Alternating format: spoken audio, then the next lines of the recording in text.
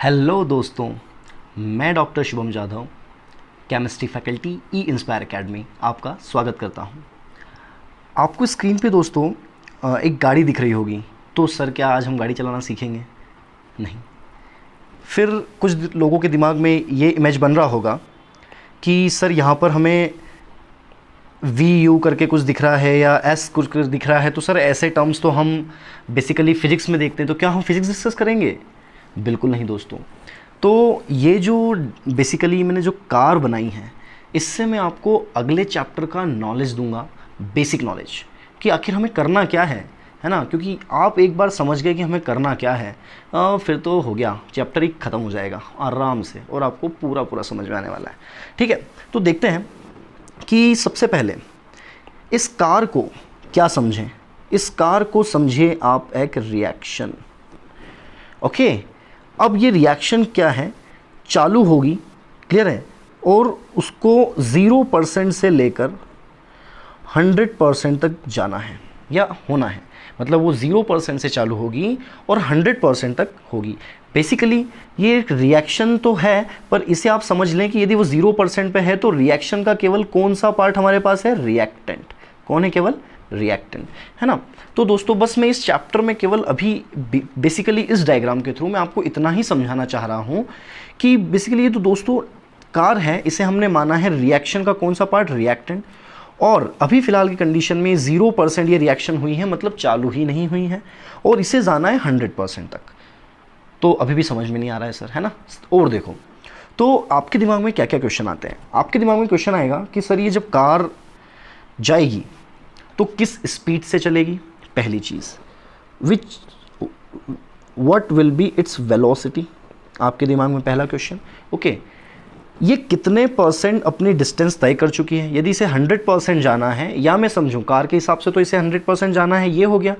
या मैं बोलूं कि ये रिएक्शन कितने % हो चुकी है, तो मतलब कि किस लेवल तक या किस % वैल्यू तक ये रिएक्शन हो चुकी है, मतलब कितना % इस रिएक्शन का हो चुका है, या कहें कि कितने % रिएक्टेंट प्रोडक्ट में कन्वर्ट हो चुका है। ओके, ये बात आपके दिमाग में आएगी। दूसरा कि कहाँ तक ये किस डिस्टेंस तक जाके ये गाड़ी रुक जाएगी, कहने का मतलब किस टाइम में, मतलब ये गाड़ी आप ये समझिए कि कितने समय चली और रुक गई, या फिर समझे कितने समय में कितना चली। यदि आप कहें कि यार ये 70% अपनी डिस्टेंस तय कर चुकी थी इतने समय में, ओके, जो भी what ever will be time, है ना। तो आपके दिमाग में एक बात होगी कि यदि हम इसे रिएक्शन के बेसिस पर देखें तो हमारे दिमाग में आएगा कि यार ये जो बेसिकली रिएक्शन है कि इतने समय में इतने % कंप्लीट हो चुकी है। तो अभी तक आपके दिमाग में जो ग्रॉस आया है वो आपको ये समझ में आया कि कितनी वेलोसिटी से गाड़ी चल रही है। ओके, तो यदि मैं रिएक्शन के टर्म में इसे लूँ ना दोस्तों, तो इसे ही कहते हैं रेट, कि उस रिएक्शन का रेट क्या है। अगर वेलोसिटी ऑफ द रिएक्शन और रेट ऑफ द रिएक्शन, है ना, कितने % या कितनी लेवल तक वो रिएक्शन हो चुकी है। ओके, कहाँ तक वो रिएक्शन हो चुकी है, कितने समय में, कितना टाइम उसने लिया किसी भी पर्टिकुलर % तक पहुंचने के लिए। ओके, ये सब हमारे क्वेश्चंस हैं। और दोस्तों ये तीनों एस्पेक्ट या इनसे और भी कुछ एस्पेक्ट यदि हम ऐड कर दें कि भैया यदि इस गाड़ी के लेवल पर हम देखें कि इसमें गाड़ी को चलने में क्या क्या लग रहा है, ओके, कितना लग रहा है, फ्यूल कितना लग रहा है। ओके, बेसिकली यदि मैं रिएक्शन के तौर पर देखूं तो उस रिएक्शन में कितना रिएक्टेंट लग रहा है, कितने मॉलिक्यूल्स लग रहे हैं। ओके, ये सारी चीज़ें। तो दोस्तों ये जो मैंने यहाँ पर 4 चीज़ें लिखी हुई है, इसके अलावा 1-2 चीज़ें और ऐड करके यदि हम बाद में देखें तो बेसिकली दोस्तों ये जो आप डिस्कस करेंगे रेट ऑफ द रिएक्शन, मतलब velocity of the reaction, percentage value की जगह आप ऐसे लिख लें कि कितना % उस रिएक्शन ने कंप्लीट कर लिया है। ओके, मतलब कितने % तक वो रिएक्शन कंप्लीट हो चुकी है। तो अभी लिखना इसे ज़्यादा अच्छा ये होगा रिएक्शन कंप्लीशन, ओके, या रिएक्शन कंप्लीशन। ओके, कितना % उसने कंप्लीट कर लिया। तीसरा, कितना टाइम लिया। चौथा, कितने मॉलिक्यूल्स उसने टेक पार्ट हुए उस रिएक्शन को करवाने के लिए। तो फाइनली इन चीज़ों के अलावा 1-2 चीज़ें और ऐड करके मैं आगे आपको ये पूरा चैप्टर पढ़ाने वाला हूँ। और ये सारी चीज़ें दोस्तों डिस्कस होती है एक टॉपिक में, उसका नाम है केमिकल काइनेटिक्स। काइनेटिक्स का मतलब होता है दोस्तों गतिकी, हिंदी में इसे कहते हैं गतिकी। कहने का मतलब यदि कोई चीज़ चल रही है, मतलब केमिस्ट्री के टर्म में यदि कोई चीज़ हो रही है, कोई रिएक्शन हो रही है, तो हमें किस किस बेसिस पर उसे देखना पड़ेगा कि यार वो किस रेट से हो रही है, कितना समय ले रही है, ओके, किस हिसाब से हो रही है, मतलब कितने मॉलिक्यूल्स उसमें इन्वॉल्व हो रहे हैं। ओके, तो ये सारी चीज़ें हमारे, मतलब यदि आप सोचेंगे कि एक रिएक्शन हो रही है तो बेसिकली आपके दिमाग में सबसे पहले यही सारे क्वेश्चन आएंगे कि किस स्पीड से हो रही है ना, कितने मॉलिक्यूल्स इन्वॉल्व हो रहे हैं, कितना परसेंटेज हो चुका है उस रिएक्शन का, कितना उसका रिएक्टेंट प्रोडक्ट में कन्वर्ट हो गया है। एक चीज़ और कि रिएक्टेंट प्रोडक्ट मतलब कितना उसका रिएक्टेंट जो है वो प्रोडक्ट में कन्वर्ट हो चुका है, तो रिएक्टेंट प्रोडक्ट के बारे में पूरा इन्फॉर्मेशन।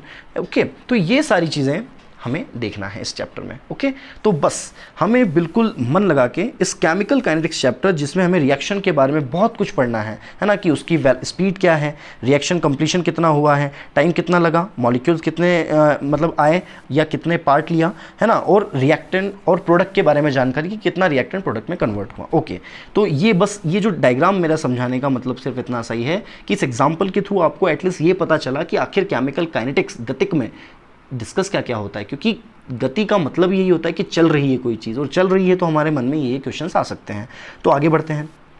ओके दोस्तों, अब आगे बढ़ें यदि दोस्तों, तो अब हम क्या करेंगे, सबसे पहला टॉपिक उठाएंगे और उस टॉपिक का नाम है रेट ऑफ रिएक्शन, जो कि हमने डिस्कस किया। ओके, रेट ऑफ रिएक्शन, है ना, और अब उसे बहुत अच्छे से डिस्कस करना है। ओके, तो सबसे पहला टॉपिक हम यहाँ पर लिखेंगे रेट ऑफ रिएक्शन।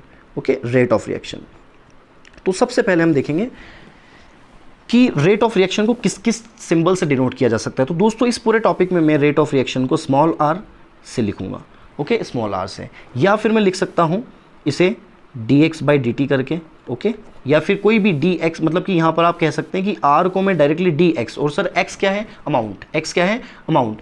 और ध्यान से सुनिएगा, अमाउंट मतलब किसी चीज़ का कॉन्सेंट्रेशन, है ना। तो अभी हम समझेंगे कि व्हाट इज़ द कॉन्सेंट्रेशन, समझाऊंगा आपको अभी आगे, है ना, और बहुत ही इजीली समझ में आ जाएगा, है ना। तो what is the rate of reaction, तो ध्यान से सुनिएगा दोस्तों, कोई भी रिएक्शन है, एक रिएक्शन हो रही है ए से लेकर बी तक, तो ए है इसका रिएक्टेंट, ओके, बी है इसका प्रोडक्ट, ठीक है। तो मैं बस इतना ही कहना चाहूँगा कि भैया यहाँ पर यदि मैं रेट ऑफ रिएक्शन की डेफिनेशन दूँ, तो what is the rate of reaction? The rate of reaction, okay, rate of the reaction is the rate of changes in the concentration of reactants or products in per unit time. okay, मतलब क्या क्या change हुए reactant के concentration में और क्या change हुए product के कॉन्सेंट्रेशन में, किसी भी एक चीज़ के लिए आप ले लेंगे। ओके, मतलब मैं कह सकता हूं कि मान लो रिएक्टेंट ने अपनी रिएक्शन, अब मैं यहाँ पर समझने की कोशिश करिएगा कि रिएक्टेंट ने अपनी रिएक्शन C1 कॉन्सेंट्रेशन से चालू की थी, है ना, T = 0 पे, और T = T पे, मतलब T टाइम पर आकर, कोई भी टाइम हो सकता है 10 मिनट 20 मिनट, वो आकी C2 पर उसका कॉन्सेंट्रेशन आ गया। ओके, क्लियर है ना। तो यहाँ पर मैं कहूँ, सिर्फ मैं अभी इसे रिएक्टेंट के टर्म में ले रहा हूँ, इसे सेम प्रोडक्ट के टर्म में भी लिया जा सकता है। ओके, कि प्रोडक्ट शुरू में कितना था और फाइनली कितना था, और फाइनल माइनस इनिशियल। ओके, तो यहाँ से यदि मैं कहूँ कि रिएक्टेंट ने अपनी रिएक्शन C1 कॉन्सेंट्रेशन पे चालू की थी, कितने कॉन्सेंट्रेशन पर, C1 कॉन्सेंट्रेशन पर। ओके, और उसने ख़त्म कहाँ किया अपना जो फाइनल कॉन्सेंट्रेशन था उसका क्या था, C2। तो मैं कह रहा हूँ rate of reaction is equal to the changes in the concentration of reactants और products। तो reactants और प्रोडक्ट का भी हो सकता था यदि वैल्यूज होती तो, पर यूनिट टाइम, कितने समय में, तो उसका आप डिवाइड कर दें।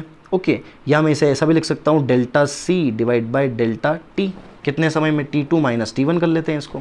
ओके, तो ये होती है बेसिकली दोस्तों रेट ऑफ रिएक्शन, कि किसी भी रिएक्शन में या तो रिएक्टेंट्स का या प्रोडक्ट्स का पर यूनिट टाइम में कितना कॉन्सेंट्रेशन चेंज हुआ। अब आपके दिमाग में एक ही चीज़ घूम रही है, sir what is the concentration. Concentration दोस्तों होता है, कॉन्सेंट्रेशन होता है मोल्स पर लीटर। तो आपके दिमाग में एक चीज़, यदि आपने बेसिक कंसेप्ट ऑफ केमिस्ट्री पढ़ लिया है मेरा लेक्चर, तो आपके दिमाग में एक ही चीज़ आ रही होगी कि सर यही मोल्स पर लीटर, तो सर आपने पहले एक चीज़ बताई थी हमें, मोलैरिटी। एग्जैक्टली दोस्तों, आपको बिल्कुल सही समझ में आया कि मोलैरिटी ही कॉन्सेंट्रेशन होता है। एक्सक्यूज़ मी, मोलैरिटी ही कॉन्सेंट्रेशन होता है। ओके, तो सर आपने अभी इसका दूसरा नाम बताया, मोलैरिटी का कॉन्सेंट्रेशन, और भी कुछ नाम होते हैं। यस, इसी मोलैरिटी को, इसी कॉन्सेंट्रेशन को अलग अलग चैप्टर में अलग अलग नाम से दिखाया जाता है। केमिकल इक्विलिब्रियम में इसी मोल्स पर लीटर को हम क्या कह देते हैं, इसी मोल्स पर लीटर को हम कह देते हैं एक्टिव मास। तो इसे एक्टिव मास भी कहा जाता है। ओके, इसे हम कहते हैं मोलैरिटी इसे ही हम कहते हैं कॉन्सेंट्रेशन। ओके, तो प्लीज़ आप ध्यान रखें कि ये तीनों टर्म एक ही हैं। ओके, एक्टिव मास हुआ, ओके, मोलैरिटी हुआ या कॉन्सेंट्रेशन हुआ, ये तीनों टर्म एक ही हैं, तीनों का मतलब एक ही होता है उस सब्सटेंस के moles per unit volume. Okay, that's all. बस आगे बढ़ जाते हैं अब हम, है ना। रेट ऑफ रिएक्शन हम देख ही चुके हैं, प्लीज़ ये फॉर्मूला याद रखिएगा आप रेट ऑफ रिएक्शन का। ओके दोस्तों, ठीक है, तो हम इसको अंडरलाइन कर देते हैं, एज वेल एज हम इसे मार्क कर देते हैं कि ये फॉर्मूला तो हमें भूलना ही नहीं है, ये फॉर्मूला हमें भूलना ही नहीं है। ठीक है, अब मैं आपको एक चीज़ बताता हूँ कि दोस्तों आपके पास रेट ऑफ रिएक्शन जो होती है वो दो तरीके की हो सकती है ना। Types of the rate of reaction होते हैं बेसिकली, कि कौन कौन से टाइप्स हो सकते हैं, है ना, वो देखते हैं हम। तो टाइप्स जो हो सकते हैं दो टाइप के हो सकते हैं। एक रेट ऑफ रिएक्शन होती है इंस्टेंटेनियस, ओके, और एक रेट ऑफ रिएक्शन जो होती है दोस्तों वो होती है एवरेज, या उसे आप कह सकते हैं ओवरऑल। ओके, तो एक तो हो गया इंस्टेंटेनियस और एक हो गया ओवरऑल। तो ये हो गया इंस्टेंटेनियस, ये हो गया ओवरऑल। अब समझते हैं कि what is instantaneous and what is overall. अब आप समझिए इस चीज़ को, नीचे समझिए कि मान लो ये रिएक्शन आपकी हो रही है ना, सिर्फ एक एक्सटेंड बता रहा हूँ, 0% से लेकर 100% हो, और ये ओवरऑल के हिसाब से बताऊँगा आपको 0% से लेकर 100% तक। ओके, जस्ट फॉर एग्जांपल, आप जल्दी से समझ जाइएगा, है ना, अच्छे से, कि कोई रिएक्शन हो रही है। अब वो यहाँ से चालू, उसका रिएक्शन का चालू होना वो 0% से मान लो वो 30% पर पहुँची। ओके, मान लो एक जस्ट फॉर एन एग्जांपल, आप यहाँ से बाइक से निकले, और बाइक से आप निकले जैसे कि आप अपने नेटिव फॉर्म से, नेटिव प्लेस से जहाँ भी आप हैं अभी, वहाँ से आप मान लो इंदौर से निकले हम उज्जैन के लिए, जस्ट फॉर एन एग्जांपल, है ना, 60 किलोमीटर है। ओके, और आप चल रहे हैं शुरुआत में जब आपने गाड़ी चालू की 50 किलोमीटर पर आवर, फिर आप कहीं चल रहे हैं 30 किलोमीटर पर आवर, और कहीं पर आपको बहुत ही क्लियर रोड मिल गया तो आप चल रहे हैं 100 किलोमीटर पर आवर। तो एक बात बताइए, यदि आपसे कोई एक टाइम पे पूछ ले, मान लो आप इंदौर से उज्जैन तक जा रहे हैं और उज्जैन सिटी के बाहर जस्ट आपसे कोई एकदम से आपका पीछे बैठा हुआ साथी पूछे, यार अभी तुम्हारी स्पीड क्या है अभी, तो आप बोलोगे यार मेरी स्पीड तो यार 70 किलोमीटर पर आवर है। मतलब आप उस उज्जैन सिटी के बाहर पहुंच चुके थे, मतलब लगभग रिएक्शन होने वाली थी। ओके, तो आपने बोला कि यार यहाँ पे आपकी स्पीड क्या है, तो 70 किलोमीटर पर आवर। दोस्तों प्लीज़ डोंट मैशअप, ये रिएक्शन की बात बता रहा हूँ और जस्ट उस रिएक्शन को मैं एक एग्जाम्पल के थ्रू समझा रहा हूँ। That's why the unit is kilometre per hour. ये गाड़ी की यूनिट है, मतलब स्पीड की यूनिट है, यहाँ पर हमें कोई रिलेशन नहीं है ना, इसकी यूनिट अलग से बताऊँगा। ठीक है, अब उसने बोला कि यार 70 किलोमीटर पर आवर है, तो ये तो इंस्टेंटेनियस, मतलब आप समझ रहे होंगे कि रिएक्शन का वो रेट जो किसी एक पर्टिकुलर टाइम पर हो। ओके, यदि किसी पर्टिकुलर टाइम पर पूछा जाए कि जब वो रिएक्शन 80% हो गई, उस समय पर उसकी रेट क्या है, that is the instantaneous.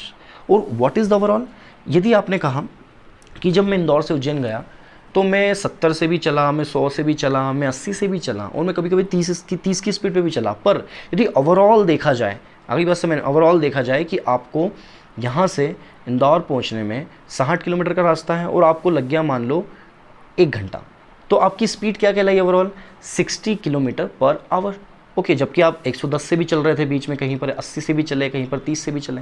Okay दोस्तों, तो ये जो एवरेज एक रेट आया है, okay, through out the reaction जो रेट आता है उसका मिलाकर जो एवरेज निकाला जाता है, that is the average rate of reaction.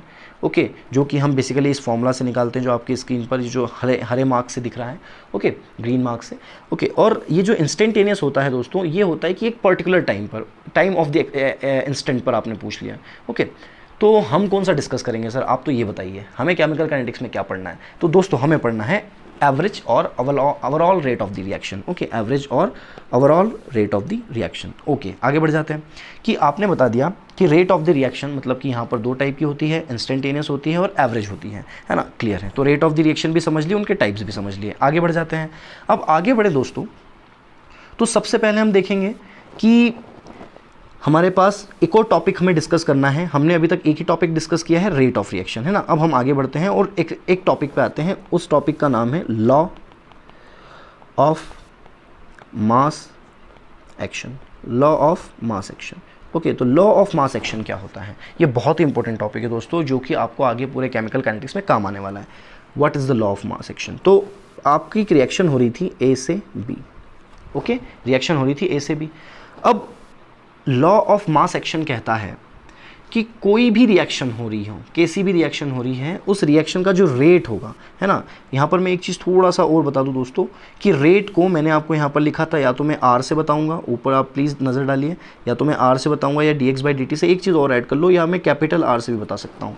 Okay, तो बस इन तीनों में से मैं कुछ भी लिख सकता हूँ रेट को लिखने के लिए, या तो कैपिटल आर यूज़ कर सकता हूँ, या फिर स्मॉल आर, या फिर dx/dt। ओके, और x क्या है, किसी भी सब्सटेंस का जो भी रिएक्शन में दे रखेगा उसका अमाउंट। क्लियर है। तो अब मान लो मैं यहाँ पे लिखता हूँ रेट ऑफ द रिएक्शन क्या है ना। तो रेट ऑफ द रिएक्शन, मान लो आपने यहाँ पर कहा कि इस रिएक्शन का जो रेट होगा वो डायरेक्टली प्रोपोर्शनल होगा। ये कौन कहता है, ये लॉ ऑफ मास एक्शन कहता है। वो कहता है कि किसी भी रिएक्शन की जो रेट होती है ना, वो उसके रिएक्टेंट के कॉन्सेंट्रेशन के डायरेक्टली प्रोपोर्शनल होती है। और उन्होंने ये भी कहा कि उसका जो स्टोइकियोमेट्री होता है वो उसकी पावर पर आ जाएगा। मतलब कि स्टोइकियोमेट्री तो आप समझते ही होंगे, जो भी हम सब्सटेंस लिख रहे हैं उसके पीछे लगा हुआ नंबर। मान लो यहाँ पर मैं 1 लिखता हूँ, या कुछ भी नहीं लिखता हूँ तो 1 ही होगा, तो यहाँ पर 1 आ जाएगा, है ना। यहाँ पर मैं 2 लिखता हूँ, ओके, तो यहाँ पर क्या होगा, बेसिकली यहाँ पर 2 आ जाएगा। ओके, यहाँ पर यदि मैं 3 लिखता हूँ तो यहाँ पर ये 3 आ जाएगा। ओके, तो यहाँ पर बेसिकली इन्होंने ये बताने की कोशिश की है कि कोई भी एक रिएक्शन हो रही है, बशर्ते वो एलिमेंट्री रिएक्शन होनी चाहिए। अभी तक के लिए आप एलिमेंट्री रिएक्शन का मतलब सिर्फ इतना सा समझिए कि वो सिंगल स्टेप रिएक्शन है।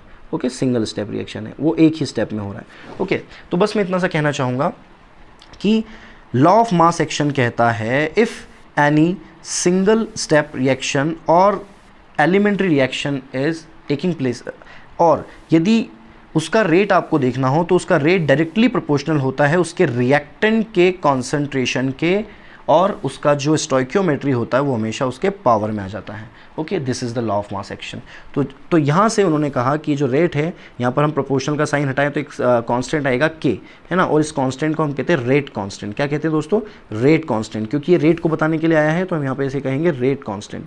ओके, दूसरा सर ये ए के चारों ओर ब्रैकेट लगाने का मतलब क्या, तो ये डिनोट करता है ना दोस्तों, ए के चारों ओर ब्रैकेट, ये करता है active mass of A, active mass of A. और बेसिकली एक्टिव मास क्या है दोस्तों, एक्टिव मास क्या है, एक्टिव मास तो सर अभी आपने बताया कि एक्टिव मास जो है वो तो मोलैरिटी होता है। मतलब मोलैरिटी हो, मतलब यदि हम कहें कि active mass moles per litre होता है तो ये बिल्कुल गलत नहीं होगा, तो ये मोल्स पर लीटर होता है। ओके, इसके बाद हम और आगे चलें तो हमने ये भी देख लिया, ओके, कि किसी भी रिएक्शन में लॉ ऑफ मास एक्शन कैसे काम करता है। Just for an next example मैं आपको देना चाहूँगा कि यहाँ पर मैंने लिखा a + b, और यहाँ पर मैंने लिखा m1, यहाँ पर मैंने लिखा m2, और यहाँ पर एक रिएक्शन मैंने बना दी, और यहाँ पर मैंने लिखा n1c, और यहाँ पर मैंने लिखा n2d।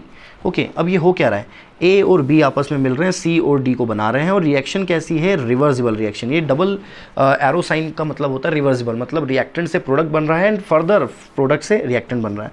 ठीक है, तो बेसिकली इस रिएक्शन के लिए यदि मैं मतलब आपको लॉ ऑफ मास एक्शन से लिखूं जिसमें कि 2 रिएक्शन हो रही है, एक तो फॉरवर्ड की रेट अलग लिखनी पड़ेगी, और एक होती है बैकवर्ड की रेट अलग लिखनी पड़ेगी। तो लॉ ऑफ मास एक्शन कहता है कि भैया फॉरवर्ड की रेट जो होगी वो होगी के, है ना, और यहाँ पे भी एफ आ जाएगा क्योंकि फॉरवर्ड का कांस्टेंट है, और यहाँ पर आ जाएगा ए, मतलब उस फॉरवर्ड रिएक्शन के रिएक्टेंट्स m1, और यहाँ पे आ जाएगा b, और यहाँ पे आ जाएगा m2। ठीक है, और यहाँ पर यदि हम इसी को बैकवर्ड के हिसाब से लिखें तो RB मतलब rate of backward reaction is equal to KB मतलब कि कांस्टेंट फॉर बैकवर्ड रिएक्शन, यहाँ पे आ जाएगा C, है ना, उसका पावर आ जाएगा N1, और यहाँ पर आ जाएगा D, उसका पावर आ जाएगा N2। प्लीज़ दोस्तों आपको ये कन्फ्यूज़न नहीं होना चाहिए यहाँ पर कि यार सर यहाँ पर आपने CD लिख दिया, तो ये बैकवर्ड रिएक्शन की बात कर रहा हूँ, और बैकवर्ड रिएक्शन के लिए तो रिएक्टेंट C और D होंगे ना। बैकवर्ड रिएक्शन मतलब C और D से मिलकर फर्दर A और B बन रहा है। ओके, समझ जाना, ठीक है ना। इसके बाद यदि अब आपने कहा कि सर इससे पहले तो आपने एक सिंगल रिएक्शन लिखा था यहाँ पर R, क्योंकि यहाँ पर दोस्तों रिएक्शन इरिवर्सिबल थी, एक ही तरफ हो रही थी, है ना, पर यहाँ पे दोनों तरफ से हो रही है। तो एक्चुअल में इसी एक रिएक्शन में 2 रिएक्शन हो रही है, फॉरवर्ड भी बैकवर्ड की। तो फाइनल रेट ऑफ रिएक्शन जो आएगा, है ना, ओवरऑल रेट ऑफ रिएक्शन जो आएगा वो होगा rate forward minus rate backward, forward minus backward का रेट होगा। ओके, ये आप ध्यान रखिएगा। मतलब हम यहाँ बेसिकली लिख सकते हैं केफ A the power m1 B the power m2 minus यहाँ पर आ जाएगा KB, ओके, और KB के बाद आ जाएगा यहाँ पर C N1 और D N2। ओके, ये आपका हो गया। आपको भी मैं एक बार स्क्रीन पूरी दिखा रहा हूँ आपको, आप स्क्रीन पॉज करके यहाँ पर इसको आप नोट डाउन कर लें। ठीक है, इसके बाद और चलते हैं आगे। आपको बिल्कुल बेसिक्स तो मैंने बिल्कुल क्लियर कर दिए हैं आपके। अब आते हैं हम कि भैया रेट ऑफ रिएक्शन का यूनिट क्या होता है ना। तो unit of the rate of reaction ये देख लेते हैं। ओके, तो यूनिट क्या होगा रेट ऑफ रिएक्शन का, यूनिट कैसे निकाला जाता है। तो भैया रेट है, और यदि मान लो एक रिएक्शन हो रही है ए से बी, तो मैं कह दूं कि यार रेट है और इज इक्वल टू के, रेट कांस्टेंट है। ओके, और यहाँ पर आ जाएगा मान लो इस रिएक्शन के हिसाब से ए। तो मैं तो पूछना चाह रहा हूँ रेट, तो रेट क्या होता है, शुरू में ही बताया था rate of reaction, change in the concentration divide by change in time. तो कॉन्सेंट्रेशन का जो यूनिट होता है वो क्या होता है, मोल्स पर लीटर, ये यूनिट है इसका। जब हमने मोलैरिटी पढ़ा था तो वहाँ पर भी तो देखा था कि मोलैरिटी का यूनिट क्या होगा, मोलैरिटी का यूनिट जो उसका फॉर्मूला मोल्स पर लीटर।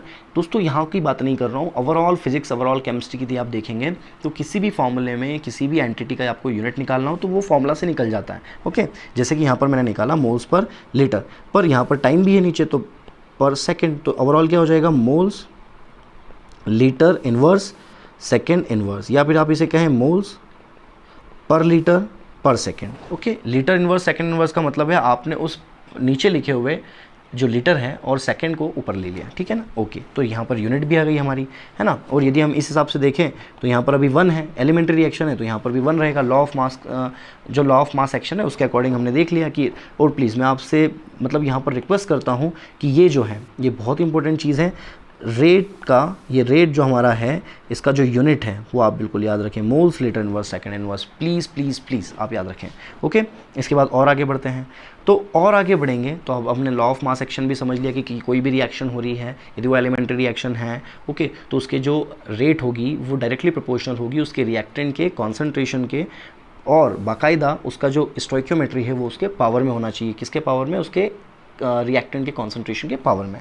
अब यदि हम नेक्स्ट टॉपिक देखें तो दोस्तों हम रेट ऑफ रिएक्शन को स्टोइकियोमेट्री के टर्म में समझते हैं, है ना। रेट ऑफ रिएक्शन को स्टोइकियोमेट्री के टर्म में समझते हैं। हम भैया अलग अलग टर्म में समझ रहे हैं।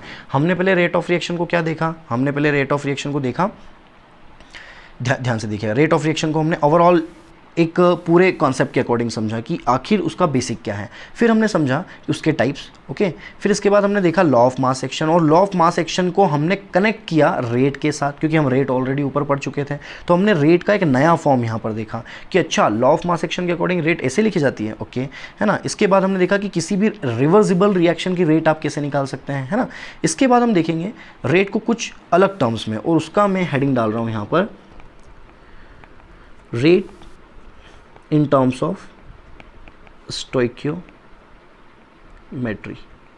ओके, तो ये बहुत इंपॉर्टेंट है, इससे क्वेश्चन आते हैं दोस्तों। तो फटाफट अब एक क्वेश्चन करते हैं हम कि यहाँ पर मान लो एक लिखा हुआ है 2a + 3b से बन रहा है 4c + 5d। ये एक रिएक्शन आपको दी मैंने कि 2a + 3b से बन रहा है 4c + 5d। अब इन टर्म्स ऑफ स्टोइकियोमेट्री कैसे लिखना है रेट, ये आप समझिए ज़रा ध्यान से। स्टोइकियोमेट्री फिर से बता रहा हूँ, जो भी एलिमेंट हम लेते हैं मॉलिक्यूल, इसके पीछे लिखा हुआ नंबर, ठीक है ना। तो कैसे लिखा जाएगा, तो मैं अब यहाँ पर लिख रहा हूँ dx/dt, या फिर मैं लिख सकता हूँ r, या फिर मैं लिख सकता हूँ स्मॉल r, क्योंकि मैं शुरू में ही आपको बता चुका हूँ कि किसी भी रिएक्शन की रेट को मैं इन 3 जो तरीके हैं इनसे लिख सकता हूँ, है ना। अब इसके बाद क्या है, तो इस रिएक्शन के फॉर्म में लिखने के लिए हमें इसे क्या करना पड़ेगा, यहाँ पर हम लिखेंगे dA/dt, मतलब यूनिट टाइम में A के कॉन्सेंट्रेशन में कितना चेंज हो रहा है ना। और ध्यान से सुनिएगा दोस्तों, इसका जो स्टोइकियोमेट्री है वो यहाँ पर डिवाइड हो जाएगा, ओके। और यहाँ पर एक साइन आएगा, इसको मैं साइन यहाँ पर लास्ट में लगाऊंगा अलग कलर के पेन से, दैट्स वाई आप समझ सके कि वो साइन कितना इंपॉर्टेंट रखता है ना। इसके बाद यदि मैं बात करूँ इज इक्वल टू यहाँ पर मुझे लिखना है dB/dt, ओके। और यहाँ पर इसका स्टोइकियोमेट्री 4 से मुझे डिवाइड कर देना है 1/3 इज इक्वल टू, यहाँ पर लिखूँगा मैं dC/dt, यहाँ पर मैं लिख दूँगा 1/4 इज इक्वल टू, यहाँ पर मैं लिखूँगा dd/dt, और यहाँ पर मैं लिख दूँगा 1/5। ये होती है दोस्तों रेट ऑफ रिएक्शन, है ना। पर यहाँ पर कुछ साइन जो कि मैंने अभी तक नहीं लगाए वो मैं लगाने जा रहा हूँ। तो देखिएगा, मैं A में माइनस लगा रहा हूँ और B वाले सेक्शन में भी माइनस लगा रहा हूँ, और मैं यहाँ पर एक प्लस लगाओ या नहीं लगाओ वो प्लस ही माना जाएगा, है ना। तो बेसिकली ये जो पूरा सेक्शन है, ये पूरा सेक्शन आया हमारे पास, ये पूरा ओवरऑल, है ना, this is the rate of reaction, है ना, इन टर्म्स ऑफ स्टोइकियोमेट्री। ऊपर डेफिनेशन आपने जो उसका हेडिंग देखा ही होगा, इन टर्म्स ऑफ स्टोइकियोमेट्री। तो अब यहाँ पर ये जो पूरा है ये आपके लिए बहुत इंपॉर्टेंट है कि किसी भी रिएक्शन की जो रेट है आप उसको कैसे लिखेंगे, है ना, इन टर्म्स ऑफ स्टोइकियोमेट्री। अब ध्यान से देखिए इसे आप, है ना। यहाँ पर आपने क्या देखा, dx/dt, ठीक है, r, ठीक है, ये तो रिप्रेजेंटेशन से। अब कोई भी रिएक्शन हो रही है, आप उसका कॉन्सेंट्रेशन लिखेंगे और उसकी स्टोइकियोमेट्री को डिवाइड करेंगे। आप उसका कॉन्सेंट्रेशन मतलब कि उसके कॉन्सेंट्रेशन में चेंज रेट, उसके चेंज होने की rate, concentration divide by dt, मतलब कि अब dA डिवाइड बाई dt मतलब उसके कॉन्सेंट्रेशन की चेंज, मतलब चेंज होने की रेट क्या है। ओके, इसके बाद dV divide by dt, dC divide by dt और dd divide by dt। Okay, अब ध्यान से सुनिएगा, 1/2, 1/3, 1/4, 1/5 कहने का मतलब हमने इनके स्टोइकियोमेट्री को हर एक के साथ डिवाइड कर दिया, जो भी जिसका पर्टिकुलर स्टोइकियोमेट्री था। इसके बाद साइन का इंपॉर्टेंस, साइन का इंपॉर्टेंस ये हो दोस्तों, रिएक्टेंट हमेशा रिएक्शन में कम होता है और प्रोडक्ट हमेशा रिएक्शन में बढ़ता है। दैट्स वाई मैंने क्या किया है यहाँ पर कि मैंने जो रिएक्टेंट्स हैं उनको माइनस लगाया है और प्रोडक्ट्स में मैंने प्लस लगाया, नहीं लगाया चलेगा। ओके, पर माइनस लगाना ज़रूरी है जब भी आपको क्वेश्चन आए। ओके, एक बात और, ये माइनस जो लगेगा सिर्फ प्रेजेंटेशन के टाइम लगेगा। जब इसे लिखना हो, इस तरह की रेट ऑफ रिएक्शन लिखना हो प्रेजेंटेशन के तौर पे, तभी लगेगा, कैलकुलेशंस में नहीं आएगा। कहने का मतलब जब आपको वैल्यू दे दी जाए पर्टिकुलर, तब कैलकुलेशन में नहीं आएगा। और चीज़, एक चीज़ और समझिए, तो एक बात बताइए, ये सब इक्वल में है। इक्वल में होने का मतलब क्या होता है दोस्तों, बराबर होना। क्लियर है, मतलब ये सब आपस में बराबर की चीज़ें हैं। मतलब ये जो टर्म है, मैं नीचे करता हूँ, ये जो टर्म है dx/dt, ये r है, ये स्मॉल r है, ये पूरा, ये कंप्लीट, ये कंप्लीट, ये कंप्लीट, ये सब एक दूसरे के बराबर हैं। ये सब एक दूसरे में क्या कहलाएंगे, रेट ऑफ रिएक्शन। पर यदि मैं पूछूं आपसे कि भैया ये जो dA डिवाइड बाई dt जिस पर मैंने सर्कल लगा रखा है, ये क्या है, dB डिवाइड बाई dt ये क्या है, dC डिवाइड बाई dt ये क्या है, dd डिवाइड बाई dt ये क्या है। ओके, क्योंकि ये पूछना इसलिए भी बनता है कि जब आप रेट ऑफ रिएक्शन की बात करते हैं तो वो तो तभी कंप्लीट होगा जब आप उसके स्टोइकियोमेट्री से डिवाइड करते हैं। पर अकेला यदि मैं dA डिवाइड बाई dt पढ़ लूँ तो क्या, obviously dA divide by dt का मतलब A के कॉन्सेंट्रेशन के चेंज होने की रेट। ओके, मतलब कि यहाँ पर हम कह सकते हैं कि ये जो dA डिवाइड बाई dt है, ये है rate of dissociation of A, या फिर rate of disappearance of A. Disappearance मतलब वो कम होता जाएगा क्योंकि वो रिएक्टेंट है। इसी तरह से dB डिवाइड बाई dt अकेला, ये भी क्या होगा, rate of disappearance of B। इसी तरह से dC डिवाइड बाई dt में आपका जो 1/4 को छोड़कर dC डिवाइड बाई dt बचता है, ये हो जाएगा रेट ऑफ फॉर्मेशन, बिकॉज ये फॉर्म हो रहा है, ऊपर ये प्रोडक्ट है, फॉर्मेशन ऑफ C। इस तरह से ये क्या हो जाएगा, rate of formation of C। That's clear. Okay, तो यहाँ पर हमने समझा in terms of stoichiometry rate of reaction क्या होती है। इससे रिलेटेड क्वेश्चन जब हम क्वेश्चन वाले पार्ट पे जाएंगे, हम उस लेक्चर पे जाएंगे जब हम क्वेश्चन डिस्कस करेंगे, तो वहाँ पर समझेंगे। ओके, इसे प्लीज़ नोट डाउन कर लें आप इसकी स्क्रीन क्रॉस करके। ओके, अब इसके बाद आगे चलते हैं और हम देखते हैं कुछ और टर्म्स में रेट ऑफ रिएक्शन। पता है, रेट ऑफ रिएक्शन का बहुत लंबा एक्सटेंट है, अलग अलग तरीके से देखा जाता है। प्लीज़ हर एक रेट ऑफ रिएक्शन पर आपकी पैनी नज़र होनी चाहिए, ठीक है। अब और आगे बढ़ें तो और आगे हम देखते हैं कि rate of reaction for a reversible reaction। Okay, reversible reaction, ठीक है, rate of reaction for a reversible reaction. मान लो एक रिएक्शन हो रही है, ऊपर मैंने दिखाया भी था आपको, निश्चिंत रहिए, पर यहाँ पर थोड़ा सा एक जो पैराग्राफ और बढ़ा के मैं आपको यहाँ पर बताऊँगा, एक कंसेप्ट और ऐड करके बताऊँगा। मान लो यहाँ पर हो रहा था 2A प्लस यहाँ पर हो रहा था 3B और यहाँ से बन रहा है 2x plus 4y। This is the reaction और ये रिवर्सिबल रिएक्शन है। तो फिर से फटाफट forward, KF A the power 2, जल्दी से आप लिखेंगे B दी पावर 3।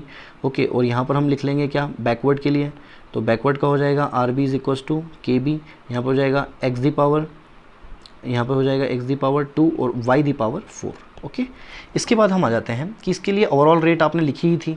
तो अब दोस्तों इस टाइप की जो रेट है, जो लॉ ऑफ मास एक्शन से लिखी जाती है, इसको हमें एसोसिएट करना है। किसके साथ एसोसिएट करना है, rate of reaction in the terms of stoichiometry के साथ। तो आप इसी रिएक्शन का पहले स्टोइकियोमेट्री वाला पार्ट लिखिए, है ना, स्टोइकियोमेट्री वाला पार्ट लिखिए। ओके, तो यहाँ पर आ जाएगा dx बाई dt। प्लीज़ मैं आपको एक बार फिर से दिखा दूँ स्टोइकियोमेट्री वाला पार्ट कैसे लिखना है, ये लिखा है ना, dx बाई dt। इस तरह से आपको लिखना है स्टोइकियोमेट्री, जो ग्रीन पार्ट में आपको दिख रहा है ना। तो dx by dt is equals to क्या हो जाएगा, सबसे पहले आपकी रिएक्शन क्या है, तो आपने लिखा सबसे पहले dA divide by D T, और यहाँ पर आपने लिख दिया 1/2 इज इक्वल टू, यहाँ पर लिख दिया D V divide by D T, यहाँ पर लिख दिया आपने 1/3, यहाँ पर आप माइनस भी लगा दें। ओके, यहाँ पर आ जाएगा D x divide by D T, और यहाँ पर आपका आ जाएगा 1/2 इज इक्वल टू, यहाँ पर आ जाएगा D Y divide by D T, यहाँ पर आ जाएगा आपका 1/4। ये तो आपने स्टोइकोमेट्री के टर्म में लिख ली। अब ओवरऑल रेट ऑफ रिएक्शन यदि देखें तो मैं पहले ही बता चुका हूँ कि फॉरवर्ड माइनस बैकवर्ड भी होता है, तो यहाँ पर आप फॉरवर्ड की वैल्यू रख दें, ओके, और यहाँ पर आप रख दें माइनस बैकवर्ड की वैल्यू। तो ये जो फाइनली आपके स्क्रीन पर जो ये रिएक्शन देख रहे हैं, complete reaction, this is the rate of reaction for a reversible reaction. Okay, complete rate of reversible reaction. Okay, ये आपको अच्छे से समझ में आ जाना चाहिए, है ना। तो यहाँ पर मैं बिल्कुल अंडरलाइन कर देता हूँ रिवर्सिबल रिएक्शन की रेट कैसे निकाली जाती है, तो आपको बिल्कुल समझ में आ जाएगा। ओके, अब और आगे बढ़ते हैं। तो ये आपका और पोर्शन, सबसे पहले हमने देखा था rate of reaction in the basic terms, उसके बाद हमने देखा टाइप्स, इंस्टेंटेनियस एंड एवरेज। इसके बाद हम बढ़ते जा रहे हैं आगे कि लॉ ऑफ मास एक्शन से रेट कैसे लिखा जाता है, स्टोइकोमेट्री के टर्म में कैसे लिखा जाता है, स्टोइकोमेट्री के टर्म में और लॉ ऑफ मास एक्शन को दोनों को मिला कैसे दिया जाता है, ये मिला दिया हमने, ऐड कर दिया दोनों को, है ना, या हमने दोनों कंसेप्ट को मिक्स करके पढ़ा। इसके बाद हम देखेंगे rate of reaction for a intermediate reaction, for a intermediate reaction. Okay, for a intermediate reaction. ठीक है, अब ये इंटरमीडिएट रिएक्शन का क्या चक्कर रहता है भैया, ये देखते हैं। इंटरमीडिएट रिएक्शन जहाँ पर कोई इंटरमीडिएट बन रहा हो, मतलब आपने एक रिएक्शन लिखी जहाँ पर ए से बी बना, पर भैया वो बी भी आगे फर्दर रिएक्शन कर रहा है सी के, मतलब आपका जो रिएक्टेंट था वो ए था और फाइनल कंपाउंड सी है, मतलब बी तो इंटरमीडिएट हो गया ना, बी बना और डिसोशिएट हो गया। और इस रिएक्शन का ये जो कांस्टेंट था ये K1 था और इस रिएक्शन का रेट कांस्टेंट K2 था। तो अब एक बात बताइए, लॉ ऑफ मास एक्शन के हिसाब से आप इसको यदि मैं लिखने को कहूँ कि rate of dissociation of A, तो आप सिंपल यही लिखेंगे ना, rate of dissociation of A को आप इस तरह से लिखेंगे यहाँ पर। Okay, rate of dissociation of A को आप ऐसे लिखेंगे, देखिए ध्यान से, यहाँ पर आपने लिख दिया K1 और यहाँ पर आपने लिख दिया A, क्योंकि लॉ ऑफ मास एक्शन तो यही कहता था कि कोई भी रिएक्शन हो रही है तो यहाँ पर जो भी रेट होगी वो उसके रिएक्टेंट के डायरेक्टली, रिएक्टेंट के कॉन्सेंट्रेशन के डायरेक्टली प्रोपोर्शनल होगी और वहाँ पर एक कांस्टेंट आ जाएगा। ठीक है, मान लिया। अब आपने बोला rate of dissociation of B, तो आपने कहा सर रेट ऑफ डिसोसिएशन जो बी है ये तो सेकेंड रिएक्शन में हो रहा है और उस रिएक्शन का कांस्टेंट तो K2 है, तो आप यहाँ पे लिखेंगे K2, पर उस रिएक्शन का रिएक्टेंट तो बी है ना, तो यहाँ पे आ जाएगा K2B। फिर आप बोलेंगे रेट ऑफ फॉर्मेशन ऑफ सी, तो ये भी दूसरी ही रिएक्शन में हो रहा है दोस्तों, सी बन रहा है बी से, मतलब उस रिएक्शन का रिएक्टेंट कौन है, बी, और उस रिएक्शन का कांस्टेंट क्या है, K2, तो यहाँ पे K2 आ गया। ठीक है, इसके बाद आपके सामने अल्टीमेटली क्वेश्चन आता है rate of formation of B.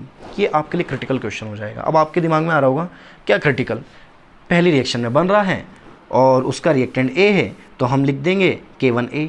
नहीं, गलत। क्यों गलत? दिक्कत ये है दोस्तों, क्योंकि बी बन तो रहा है पर इफेक्टिवली उतना नहीं बन रहा है जो आप सोच रहे हैं, क्योंकि बी आगे डिसोशिएट भी होता जा रहा है, वो सी के फॉर्म में कन्वर्ट होता जा रहा है। तो हमें बेसिकली दोस्तों क्या करना है कि जितना वो बन रहा है उसमें से माइनस करना है कि जितना वो डिसोशिएट हो रहा है। मतलब समझ गए होंगे आप कि आपको K1A में से माइनस करना है K2B को। ओके, मतलब ध्यान से समझिएगा कि बी का फॉर्मेशन तभी आएगा जब आप उसके बनने वाले पार्ट में से उसके डिसोशिएट होने वाले पार्ट को माइनस कर दें, तो आपको ये इफेक्टिव वैल्यू मिलेगी कि एक्चुअल में कितना बन रहा है, क्योंकि बी बन तो रहा है पर वो सी के फॉर्म में डिसोशिएट भी तो हो रहा है। ठीक है ना, तो प्लीज़ आप इसको ध्यान रखें। और बेसिकली इन सभी में, हालांकि चारों पॉइंट बहुत इंपॉर्टेंट है, ये भी और ये भी, पर मोस्ट इंपॉर्टेंट है आपका लास्ट पॉइंट, क्योंकि यहाँ पर आप गलती कर सकते हैं। चलो बढ़िया, इसको भी लिख देते हैं। अब आता है rate of side reaction, rate of side reaction. Side reaction का मतलब क्या होता है, ये अब सब नाम आप बिल्कुल नोट करके रखिएगा। ओके, नाम आप सारे नोट करके रखिएगा, है ना, कि क्या क्या बोल रहे हैं सर। कभी रिवर्सिबल बोल रहा हूँ, कभी मैं बोल रहा हूँ कि इंटरमीडिएट, तो ये सभी आपको जानकारी होनी चाहिए। अब रेट ऑफ साइड रिएक्शन क्या होता है? साइड रिएक्शन का मतलब होता है एक ही रिएक्टेंट से दो अलग अलग टाइप के प्रोडक्ट बन जाना।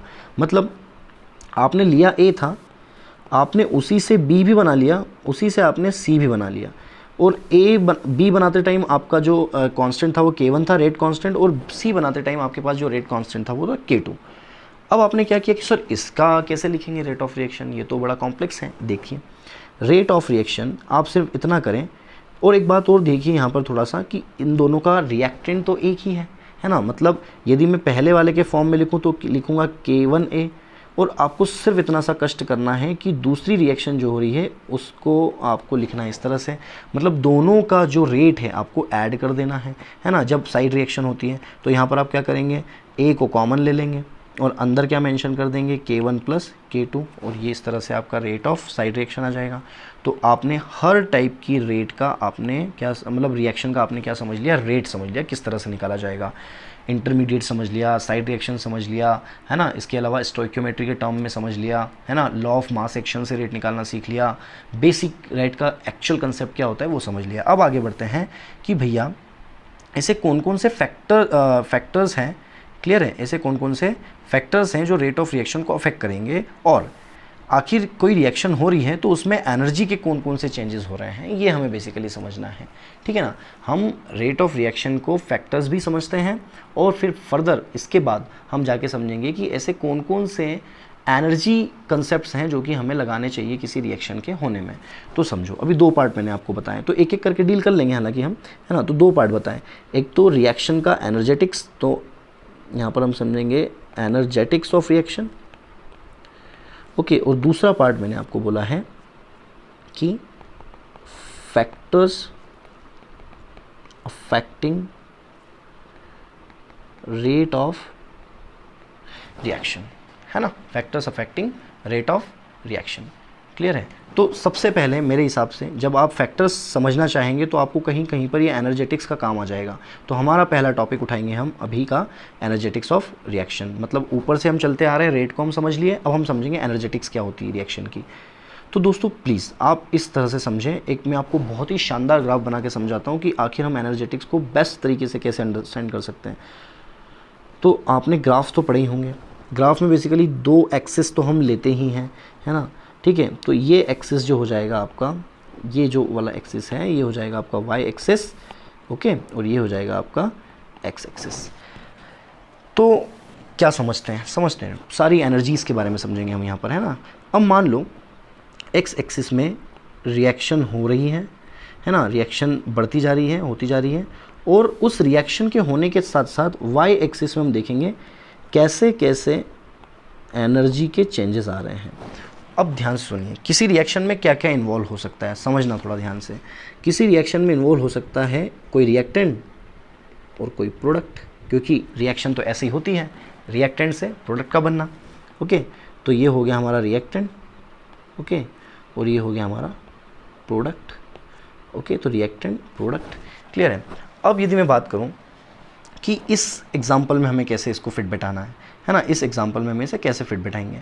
तो मान लीजिए दोस्तों कि इस लेवल पर हम एनर्जी ले रहे हैं वाई एक्सिस पे, है ना। तो वाई एक्सिस पे एनर्जी ले रहे हैं और यहाँ पर एनर्जी है 0। अब दोस्तों ध्यान रखिएगा कि जब भी किसी रिएक्शन को होना होता है ना, तो उसके जो पार्टिकल्स होते हैं, यहाँ पर मैं बात करूँ रिएक्टेंट ए के पार्टिकल्स जो हैं, उन्हें एक पर्टिकुलर एनर्जी वैल्यू को रीच करना पड़ेगा यदि उन्हें प्रोडक्ट में कन्वर्ट होना है। तो ध्यान से सुनिएगा फिर से कि जब भी कोई रिएक्शन होती है, मान लो मुझे किसी और फॉर्म में कन्वर्ट होना होता है, और एक बात ध्यान रखिएगा दोस्तों, एक रूल होता है थर्मोडाइनमिक्स का, फर्स्ट रूल थर्मोडाइनमिक्स का होता है ना। और जब लॉ ऑफ केमिकल कॉम्बिनेशन पढ़ते हैं तो वहाँ पर पहला रूल जब हम देखते हैं तो थर्मो का फर्स्ट रूल क्या होता है, जो हीट होती है can not be generated neither can be destroyed. मतलब ना तो वो क्रिएट होती है और ना ही वो डिस्ट्रॉय होती है ना। मतलब ना तो आप उसे बना सकते हैं, ना ही वो आप उसे डिस्ट्रॉय कर सकते हैं, केवल एक फॉर्म से दूसरे फॉर्म में कन्वर्ट करते हैं, है ना। इसी तरह से जब हम पढ़ते हैं केमिकल कॉम्बिनेशन को लॉ में, मास का भी यही सिस्टम होता है कि मास भी ना तो जनरेट किया जा सकता है, ना ही उसे डिस्ट्रॉय किया जा सकता है, केवल एक फॉर्म से दूसरे फॉर्म में कन्वर्ट हो रहा है। बस सिमिलर कि आपको कोई भी काम करना है तो यदि मुझे किसी और फॉर्म में कन्वर्ट होना है तो मुझे किसी और फॉर्म की एनर्जी लगेगी, मतलब मुझे उस पर्टिकुलर एनर्जी को अटेन करना पड़ेगा जिससे कि वो काम हो जाए। एक छोटा सा एग्जांपल दूंगा, आपको जाना है इंदौर से उज्जैन, आपको लगते हैं 100 रुपये जाने में, ओके, और आपके पास केवल 40 है, बस अब यहाँ से आप पूरी समझ जाएंगे।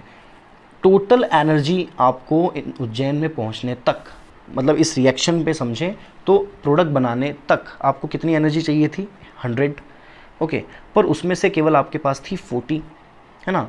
अब ध्यान से समझिएगा कि मान लो एक रिएक्शन हो रही है और यदि मैं वाई एक्सिस पर एनर्जी लेता हूँ तो ये वो एनर्जी है, ये वो 100 का एनर्जी लेवल है जहाँ तक आपको पहुँचना है, जहाँ तक आपको पहुँचना है 100 का। पर एग्जाम्पल के थ्रू यदि हम समझे तो आपके पास केवल कितनी है, 40, आप अभी इसी लेवल पे हो, आप अभी इसी लेवल पे हो, ये 40 का लेवल है, ओके। अब ध्यान सुनो, आपके पास पहले से इतना है, क्लियर है। तो दोस्तों ये जो एनर्जी है जो कि 0 से 40 तक की है ना, जस्ट फॉर एन एग्जांपल समझा रहा हूँ दोस्तों, ये होती है एनर्जी ऑफ रिएक्टेंट्स जो कि उसके पास पहले से है, एनर्जी ऑफ रिएक्टेंट्स जो कि उसके पास पहले से है, रिएक्टेंट्स के पास, पर इतने से उनका काम हो नहीं रहा है, उन्हें प्रोडक्ट बनाने के लिए बेसिकली इस लेवल तक जाना है, 100 लेवल तक। तो क्या रिएक्शन को, यदि रिएक्शन हो रही है तो एक चीज़ ये हो सकती है कि वो जो 60 का जो गैप बच रहा है आप वो किसी और से ले लें, ओके। तो दोस्तों ये रिएक्शन का पूरा कर्व जब मैं बनाता हूँ तो ये रिएक्शन इस तरह से कंप्लीट हुई, मतलब यहाँ पर ये रिएक्टेंट का एनर्जी लेवल आ गया, ओके, ये ER हो गया और ये EP हो गया, मतलब ये प्रोडक्ट का एनर्जी है, ओके, मतलब ये रिएक्शन अब कंप्लीट हो गई है। अब आपको और ज़्यादा समझ में आएगा कि आखिर इस रिएक्शन के समझने में हो क्या क्या रहा है, ठीक है। तो ये जो एनर्जी गैप है ये तो था रिएक्टेंट्स का एनर्जी, ओके, और ये जो एनर्जी गैप है ये था प्रोडक्ट का एनर्जी, क्लियर है। अब ध्यान से समझिएगा कि आपने अभी कहा कि सर मेरे पास तो रिएक्शन होने के लिए केवल 40 यूनिट की एनर्जी थी और मुझे तो टोटल 100 यूनिट की एनर्जी, प्लीज़ कनेक्ट कर लीजिएगा इंदौर उज्जैन के एग्जांपल से, है ना। तो अब एक्स्ट्रा क्या कहें, तो ये जो एक्स्ट्रा है ना दोस्तों, ये इस रिएक्शन को बाहर से लेनी पड़ेगी, ओके, बाहर से लेनी पड़ेगी सिस्टम को, ठीक है ना। तो इसको हम कहते हैं दोस्तों एक्टिवेशन एनर्जी, क्या कहते हैं, एक्टिवेशन एनर्जी, क्लियर है, इसे हम कहते हैं एक्टिवेशन एनर्जी, है ना, जो आपने एक्स्ट्रा ली, ठीक है। अब सर तो ये जो एक्स्ट्रा 60 यूनिट एनर्जी है इसे हम एक्टिवेशन एनर्जी कह रहे हैं, activation, yes obviously it is activation energy. और दोस्तों यदि मान लीजिए ये रिएक्शन ऐसी नहीं होती, है ना, ये रिएक्शन रिवर्सिबल ना होके, सॉरी इरिवर्सिबल ना होके रिवर्सिबल होती, मतलब ये ए से बी भी बन रहा होता और फिर बाद में बी से ए भी बन रहा होता, या फिर बी ऐसा ना कहें तो ये कह लें कि ए से बी जब बनेगा और बी से ए जब बनेगा, है ना, तो दोनों कंडीशन में हमें इस रिएक्शन को रख के देखना है। तो क्या मैं ये कह सकता हूँ कि यदि बी से ए को बनना हुआ, है ना, यदि बी को ए से बनना हुआ तो ये रिएक्शन उल्टी जाएगी, मतलब अब ये यहाँ से चालू होगी, ये ग्राफ इस तरह से चालू होगा और ये यहाँ पे जाके ख़त्म होगा, है ना। तो बेसिकली यहाँ भी बी को इस लेवल तक पहुँचने के लिए एक एनर्जी तो लगेगी, तो ये भी एक्टिवेशन एनर्जी है ना, पर दोनों में एक डिफरेंस है, ये फॉरवर्ड रिएक्शन का एक्टिवेशन एनर्जी था और ये बैकवर्ड रिएक्शन का एक्टिवेशन एनर्जी, क्योंकि ए से बी बनना फॉरवर्ड है, बी से ए बनना बैकवर्ड है, और ए को यदि एनर्जी लग रही है तो वो फॉरवर्ड के केस में जाएगी और यदि बी को जो एनर्जी लग रही है वो बैकवर्ड के केस में जाएगी, ओके, समझ में आ गया, ओके। पर आपने एक चीज़ और समझी यहाँ पर कि बेसिकली एनर्जी जो रिएक्टेंट की पहले थी और जो प्रोडक्ट की है उन दोनों में एक छोटा सा डिफरेंस क्रिएट हो रहा है यहाँ पर, ये जो है ये, ओके, ये जो है ये एक छोटा सा एनर्जी का डिफरेंस क्रिएट हो रहा है ना। इसे हम क्या कहेंगे, इसे हम कहेंगे दोस्तों डेल्टा एच। डेल्टा एच का मतलब होता है enthalpy changes during the reaction, मतलब रिएक्टेंट की पहले एनर्जी कुछ और थी, प्रोडक्ट की बाद में चेंज हुई, तो जो डिफरेंस आया उसे हम कहते हैं डेल्टा एच, मतलब कि एंथैल्पी चेंजेस। तो आप एक बात बताइए, यदि हम कहें डेल्टा एच की वैल्यू क्या आएगी यहाँ से, तो आप कहेंगे डेल्टा एच की वैल्यू जो आएगी वो EAF माइनस EAB आ जाएगी, क्योंकि मुझे तो यही दिखता है। आप देखिए भले ही ध्यान से कि ये जो फॉरवर्ड का जो पूरा मार्क है, यदि मैं इसमें से बैकवर्ड वाले पूरे लेवल को माइनस कर दूं तो मेरे पास डेल्टा एच आ जाएगा, गैप आ जाएगा। तो ये एक फॉर्मूला आपके लिए रेडी हो गया कि डेल्टा एच कैसे डील करेंगे आप, मतलब फॉरवर्ड माइनस बैकवर्ड का एक्टिवेशन एनर्जी, क्लियर है। इसके बाद कुछ डेफिनेशंस कि थ्रेशोल्ड एनर्जी क्या होती है, यहाँ से अब एक नया टर्म आया आपके सामने कि सर ये थ्रेशोल्ड क्या है, इस पूरे सिस्टम में, एनर्जी सिस्टम में थ्रेशोल्ड एनर्जी क्या है ना, threshold energy, okay, threshold energy क्या होती है दोस्तों? किसी भी लेवल पे आप थ्रेशोल्ड देखते हैं मतलब मिनिमम उतना तो चाहिए ही चाहिए, वो थ्रेशोल्ड होता है। ओके, तो दोस्तों समझिएगा ध्यान से कि इस रिएक्शन को होने के लिए 100 यूनिट तक की एनर्जी की ज़रूरत थी। तो ये जो 0 से 100 तक का लेवल हुआ, ये 0 से 100 तक का जो एनर्जी लेवल हुआ, क्योंकि मिनिमम इतना चाहिए। ओके, मिनिमम इतना चाहिए। इस रिएक्टेंट ए को प्रोडक्ट बी में, ये जो ऊपर अपन ने रिएक्शन देखी, इसमें रिएक्टेंट ए को यदि प्रोडक्ट बी में कन्वर्ट होना है तो उसको मिनिमम 100 यूनिट एनर्जी चाहिए। ओके, अब मिनिमम एनर्जी जितनी चाहिए होती है दोस्तों, उसी को हम कहते हैं थ्रेशोल्ड एनर्जी, उसी को हम कहते हैं थ्रेशोल्ड एनर्जी। ओके, तो यहाँ पर आपको ये बस समझने की ज़रूरत है कि यहाँ पर आपने जो बताया अभी, है ना, तो ये जो हुआ टोटल एनर्जी की जो रिक्वायरमेंट है उसे ही हम कहते हैं थ्रेशोल्ड एनर्जी। 0 से लेकर मिनिमम जितनी एनर्जी रिक्वायर्ड होती है रिएक्टेंट को प्रोडक्ट में कन्वर्ट होने के लिए, that will be called threshold energy. पर आपने एक चीज़ और समझी कि उसमें से कुछ एनर्जी तो ऑलरेडी यार होती है रिएक्टेंट्स के पास। देखो यहाँ पर ER लिखा हुआ है, मतलब ये एनर्जी तो ऑलरेडी हमारे पास थी। मतलब अब बताइए बाकी जो बची हुई एनर्जी हमने जो इंपोर्ट की है बाहर से, वो क्या कहलाएगी? Activation energy. तो ध्यान से सुनिएगा, minimum energy which is required extra, है ना, which is required accessory, clear ना, हमें अलग से चाहिए, है ना, जो कि हमें रिएक्टेंट को प्रोडक्ट में कन्वर्ट करने में हेल्प करे। रिएक्टेंट को प्रोडक्ट में कन्वर्ट करना है और उसमें जो मिनिमम एनर्जी हमें बाहर से इंपोर्ट करनी पड़ रही है, that will be called the activation energy. Okay, और जो टोटल एनर्जी लग रही है ना, जो कि मिनिमम चाहिए ही चाहिए, जबकि जो रिएक्टेंट की एनर्जी है वो ना भी हो तो वो थ्रेशोल्ड एनर्जी। मतलब टोटल जो चाहिए वो थ्रेशोल्ड, और जितनी है रिएक्टेंट के पास उसके बाद जो बचनी है और वो लेनी पड़ रही है वो कहलाएगी एक्टिवेशन एनर्जी। और जो दोनों का गैप बच रहा है रिएक्टेंट और प्रोडक्ट का, है ना, जो एनर्जी का गैप बच रहा है वो डेल्टा एच। डेल्टा एच मतलब activation energy of forward minus activation energy of backward. अब कभी कभी दोस्तों क्या होता है, ये हमने पूरा थ्रेशोल्ड एनर्जी समझा। देखो क्या क्या टर्म हमने इंपॉर्टेंट पढ़े यहाँ पर।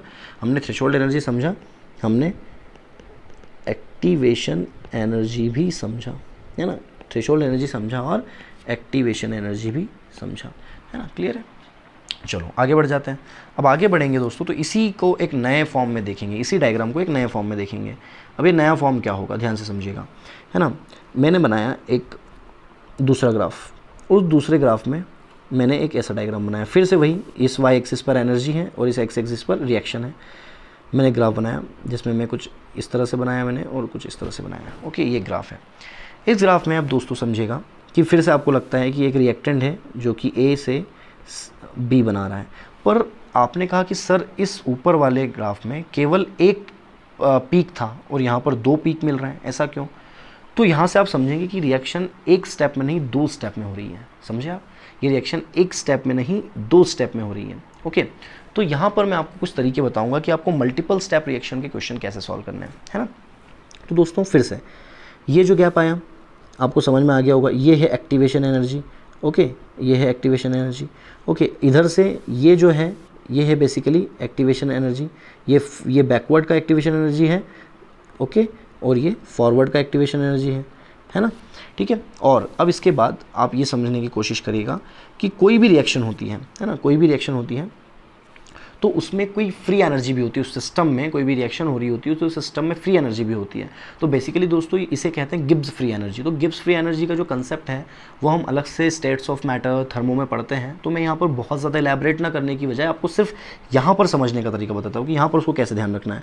तो दोस्तों किसी भी फॉरवर्ड रिएक्शन के लिए, ध्यान सुनिएगा, किसी भी रिएक्शन के लिए, या फॉरवर्ड ना बोलूँ तो किसी भी रिएक्शन के लिए, वो रिएक्शन जहाँ से चालू होती है और वो किस एनर्जी पीक पर पहुंचती है, वो जो डिफरेंस होता है that is Gibbs free energy. तो यदि मैं कहूँ कि इस रिएक्शन को चालू वो यहाँ से हुई थी ए से और वो पीक तक गई, तो ये हो जाएगा डेल्टा G1, ये पहले स्टेप का गिब्स फ्री एनर्जी चेंज है। तो आप कहेंगे सर दूसरे का ये हो जाएगा, मतलब यदि पहले केस में ये जो एक्टिवेशन एनर्जी के बराबर ही डेल्टा G1 आ रहा है तो दूसरे में भी बराबर हो जाएगा? नहीं, दूसरी रिएक्शन तो यहाँ से चालू हो रही है, आप ये देख रहे होंगे यहाँ से चालू हो रही है ना। तो यदि दूसरी रिएक्शन यहाँ से चालू हो रही तो कहाँ तक गई, वहाँ तक लेकर वो जो वैल्यू होगी वो हो जाएगी डेल्टा G2, ठीक है। तो that is the Gibbs free energy content of that reactions, clear है। और ध्यान समझिएगा दोस्तों, जिस स्टेप में जितनी ज़्यादा गिब्स फ्री एनर्जी होती है वो स्टेप उतना ही स्लो होता है। फिर से समझिए, सुनिएगा, जिस रिएक्शन का गिब्स फ्री एनर्जी या जिस स्टेप का गिब्स फ्री एनर्जी जितना ज़्यादा होता है उसका जो रेट होता है वो उतना ही स्लो होता है। यदि मैं बात करूं कि फर्स्ट स्टेप का डेल्टा जी यहाँ पर अभी ज़्यादा है डेल्टा G2 से, है ना, गिब्स फ्री एनर्जी जो है वो फर्स्ट स्टेप का ज़्यादा है as compare to step second. तो अब आप यहाँ पर कह सकते हैं कि first step is slow than second step. देखो ध्यान से समझिएगा, क्या होता है जब एनर्जी का कंटेंट, हमारे पास एनर्जी का जो वैल्यू है वो बहुत ज़्यादा होगा तो रिएक्शन जो होती है वो बहुत ही आराम से चलती है, क्योंकि उसके पास एनर्जी वैल्यू बहुत ज़्यादा है, free energy, Gibbs free energy बहुत ज़्यादा है। ओके, तो यहाँ पर ये रिएक्शन बहुत ही स्लो होती है। ओके, और जब एनर्जी कंटेंट बहुत कम है तो वहाँ पर वो गिब्स जो रिएक्शन का स्टेप होता है वो बहुत ही फास्ट हो जाता है। तो बस इतना आपको टर्म याद रखना है, Gibbs free energy is more, reaction is slow. Gibbs free energy is less, reaction will be fast. Okay, आपको ये लग रहा होगा कि सर हमने इसे डायरेक्ट याद करना पड़ेगा। ऑब्वियसली दोस्तों, क्योंकि ये जो गिब्स फ्री एनर्जी का कॉन्सेप्ट है ये थर्मो का है। ओके, तो इसे थर्मो में बहुत इलेबरेट करके पढ़ेंगे, अभी फ़िलहाल नहीं कर सकते, सिर्फ आपको कंसेप्ट समझने के लिए यहाँ पर इसे याद रखना है। ओके, चलो ये भी हमने समझ लिया। इसके बाद हम समझते हैं दोस्तों कुछ और चीज़ें, है ना, जैसे वो क्या रहेंगी। तो जो पहला टॉपिक हमने पढ़ा है ना, पहला topic in the sense rate of reaction को कंप्लीटली डिस्कस करने के बाद मैंने आपको यहाँ पर बोला था कि हम 2 टॉपिक पढ़ रहे हैं। वो 2 टॉपिक कौन कौन से होंगे? पहला होगा एनर्जेटिक्स और दूसरा होगा factors affecting the rate of reaction. तो बेसिकली अभी तक जो हमने डील किया वो सिर्फ कितना किया? एनर्जेटिक्स ऑफ रिएक्शन, मतलब रिएक्शन में कौन कौन सी एनर्जी होती है, रिएक्टेंट के पास पहले से कितनी एनर्जी होती है, फिर प्रोडक्ट की कितनी होती है, एक्टिवेशन एनर्जी का क्या रोल है ना, ये सारी चीज़ें। ठीक है ना, ये हमने पूरा अच्छे से समझ लिया। और प्लीज़ आपको यहाँ पर स्क्रीन में यहाँ पर आपको इस तरह से मैंने कर दिया है, और प्लीज़ आपको यहाँ पर मैंने जितना इस स्क्रीन पर दिखाया गया है इस स्क्रीन को आप पॉज करें और प्लीज़ इस चीज़ को नोट डाउन कर लें जो आपके सामने लिखी हुई है ना। अब मैं आगे बढ़ रहा हूँ, अब मैं डिस्कस करूँगा factors affecting the rate of reaction. Okay, factors affecting the rate of reaction. तो समझते हैं इसे क्या है सिस्टम। ओके, तो यहाँ पर आए हम factors affecting rate of reaction. पहले लिस्टिंग कर लेते हैं कौन कौन से फैक्टर अफेक्ट करते हैं। सबसे पहला होता है nature of reactant, nature of reactant affect करता है। फिर कॉन्सेंट्रेशन ऑफ रिएक्टेंट। ओके, ये दोस्तों पता है, ये जो मैं इन्हें इन्यूमरेट कर रहा हूँ, इन्यूमरेशन से भी क्वेश्चन बन सकता है। Which of the following factor will not affect the rate of reaction, या which of the following factor will affect the rate of reaction, ऐसे क्वेश्चंस बनते हैं। ओके, तो यदि मैं बात करूँ थर्ड, टेम्परेचर। ओके, ठीक है। इसके बाद यदि मैं फोर्थ बात करूँ तो यहाँ पर आ जाएगा कैटलिस्ट, क्लियर है। और फिफ्थ आ जाएगा प्रेशर। तो ये 5 फैक्टर होते हैं मेनली जो कि रेट ऑफ रिएक्शन को अफेक्ट करते हैं। जल्दी से आप एक बार फिर से रिवाइज कर लीजिए इन्हें। पहला होता है नेचर ऑफ रिएक्टेंट, दूसरा होता है कॉन्सेंट्रेशन ऑफ द रिएक्टेंट, तीसरा होता है टेम्परेचर, चौथा होता है कैटलिस्ट और लास्ट होता है प्रेशर। ओके, अब और आगे बढ़ते हैं। और आगे बढ़े यदि हम तो फटाफट हम देखते हैं कि इनको एक एक से डिस्कस करना है हमें। तो फर्स्ट फैक्टर जो है हमारा वो क्या है?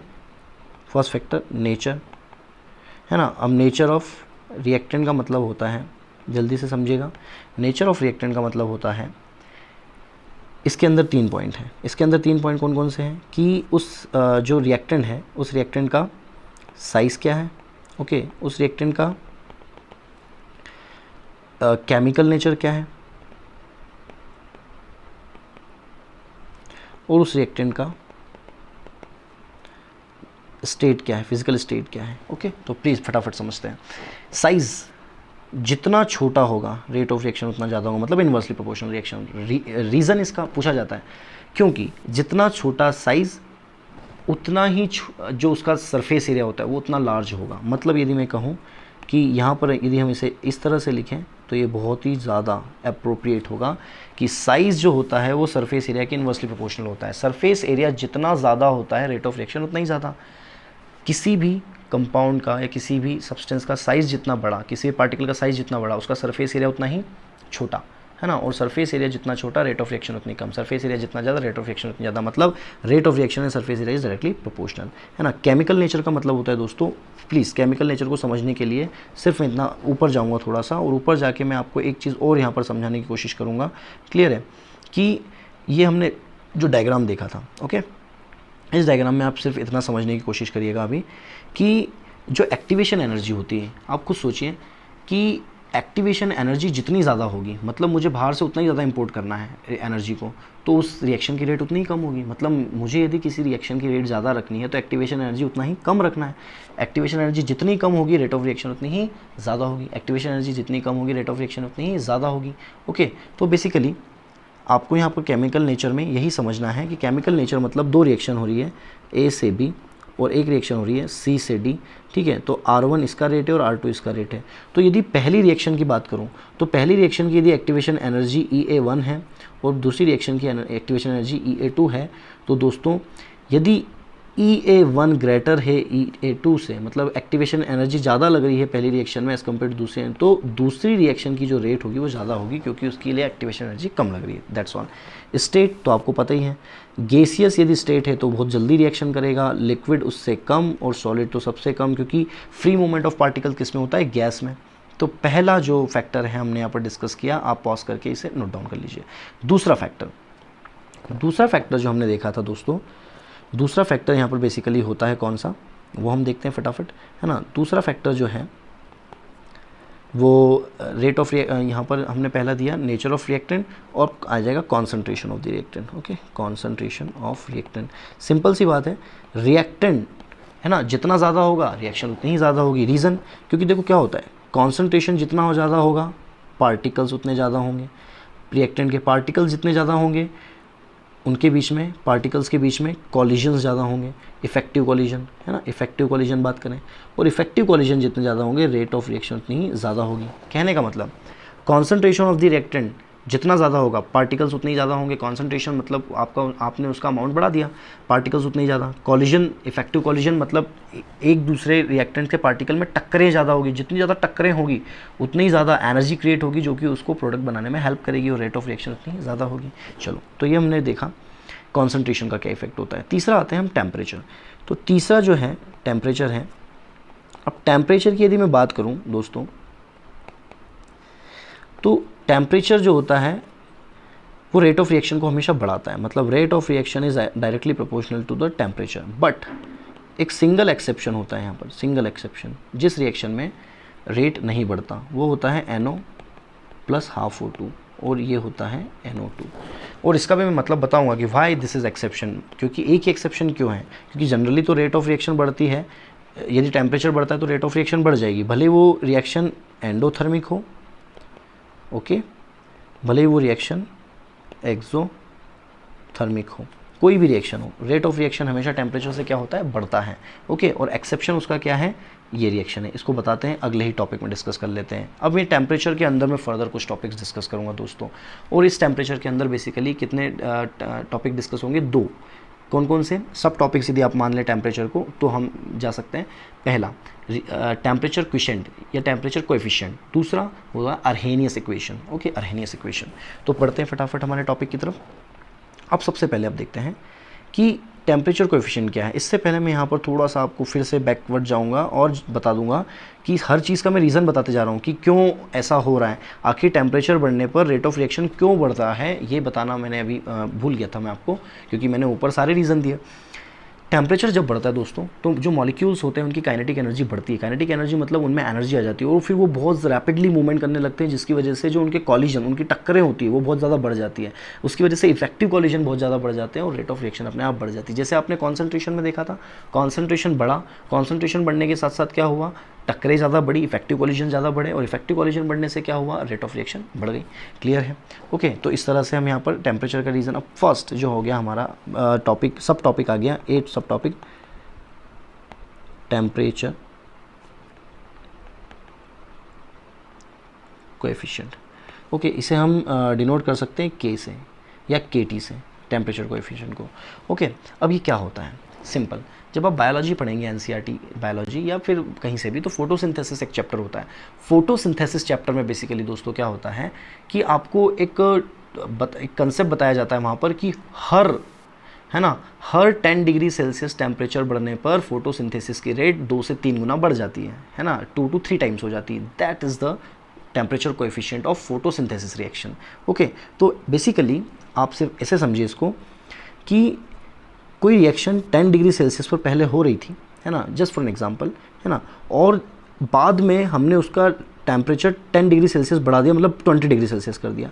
तो यदि वो यहाँ पर x रेट से हो रही थी तो यहाँ पर वो 2 और 3x की रेट से होगी। तो ये जो 2 और 3 है इसी कहते हैं हम टेम्परेचर कोएफिशिएंट, है ना, टेम्परेचर कोएफिशिएंट, या इसे हम लिख सकते हैं क्या KT, टेम्परेचर कोएफिशिएंट, या इसे हम क्या लिख सकते हैं KT।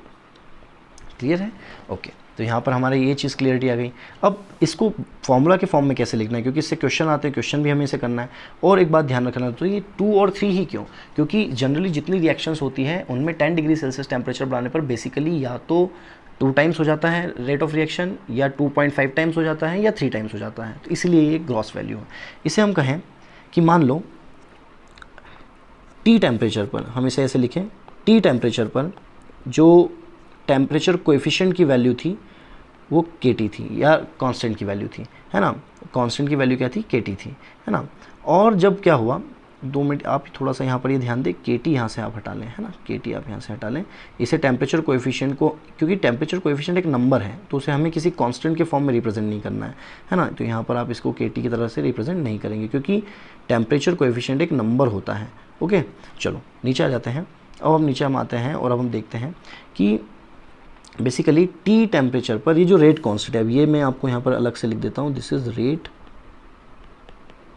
कांस्टेंट, है ना, ये रेट कांस्टेंट है। KT मतलब टेम्परेचर कोएफिशिएंट नहीं, because it is a number, तो यहाँ पर क्या कन्फ्यूजन बढ़ जाएगा आपके लिए।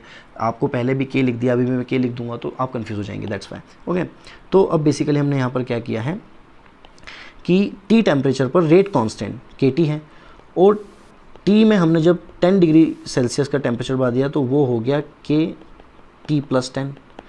तो बेसिकली यदि मैं कहूँ कि K की वैल्यू T+10 पर, T पर जो K की वैल्यू उससे 2 से 3 गुना हो सकती है। बिल्कुल सही लिख रहा हूँ मैं कि जो T टेम्परेचर पर K था, T+10 पर वही K की वैल्यू 2 से 3 गुना हो गई। तो ये आपका एक प्रेजेंटेशन हो गया। ओके, क्लियर है? ओके, इसके बाद यदि हम देखें तो यहाँ पर आपका ये, ओके, यहाँ पर आपका ये, ओके, ये आपको ध्यान रखना है। ये टेम्परेचर कोएफिशिएंट की थ्योरी हुई। कुल मिला के कोई भी रिएक्शन पहले जिस टेम्परेचर पर हो रही थी उससे यदि आप 10 डिग्री सेल्सियस टेम्परेचर बढ़ा देते हैं तो जितने गुना बढ़ जाएगी, जितने गुना उसकी रेट बढ़ जाएगी, that is the temperature coefficient. Okay, और यदि आपको कभी भी बोलें कि आपको क्वेश्चन में बोलें कि final times increase in rate, यदि आपको पूछे कि यदि हम टेम्परेचर को इतना बढ़ाएं, 40 डिग्री सेल्सियस बढ़ाया, 50 डिग्री सेल्सियस बढ़ाया, क्योंकि 10 डिग्री सेल्सियस में वो 2 से 3 गुना हो रही है, तो हो सकता है कि वो 50 डिग्री सेल्सियस बढ़ा के आपसे पूछ ले कि अब कितनी हो जाएगी। तो अब क्या करें, final times which is increase in the rate of reaction को आपको कैसे निकालना है, आपको लिखना है temperature coefficient the power delta T divide by 10। मतलब टेम्परेचर कोएफिशिएंट जो भी है उस रिएक्शन का, मान लो 2 है, 2 टाइम्स हो रही थी 10 डिग्री सेल्सियस बढ़ाने पर, तो टोटल जितना बढ़ाया, मान लो 50 डिग्री सेल्सियस बढ़ाया, तो आपको इस तरह से सॉल्व करना है, 2⁵, जो भी आपका आंसर आता है, मान लो 265 आता है ना, ये 264 सॉरी, है ना, ये भी आता है, तो ये आपका आंसर हो जाएगा। ओके, इस तरह से आपको सॉल्व करना है क्वेश्चन को। मतलब ये फॉर्मूला आपके लिए बहुत ज़्यादा इंपॉर्टेंट हो गया, है ना। ये जो फॉर्मूला है कि आपसे final time increase in the rate of reaction पूछे यदि, है ना, तो आप तुरंत बता दीजिएगा कि ये जो है ये इस तरह से बढ़ता है, temperature coefficient the power delta T divide by 10। Delta T क्या है, जो चेंज उसने करवाया है टेम्परेचर में, और T मतलब हर 10 डिग्री सेल्सियस पर टेम्परेचर कोएफिशिएंट के बराबर वो जो वैल्यू है वो बढ़ जाती है। यहाँ पर जो 2 है वो वैल्यू मैंने मान के लिए, वो आपको 2.5 भी कह सकता है, वो आपको 3 भी कह सकता है, क्योंकि टोटल वैल्यू कितनी हो सकती है, 2 से 3। चलो, सेकेंड सब टॉपिक है वो है अर्हेनियस इक्वेशन। और ये अर्हेनियस इक्वेशन क्या होता है भैया, क्या बताता है ना, ये हम पढ़ेंगे। हाँ, तो अर्हेनियस इक्वेशन जो होता है ये भी पूछा जाता है, ये होता है रिलेशन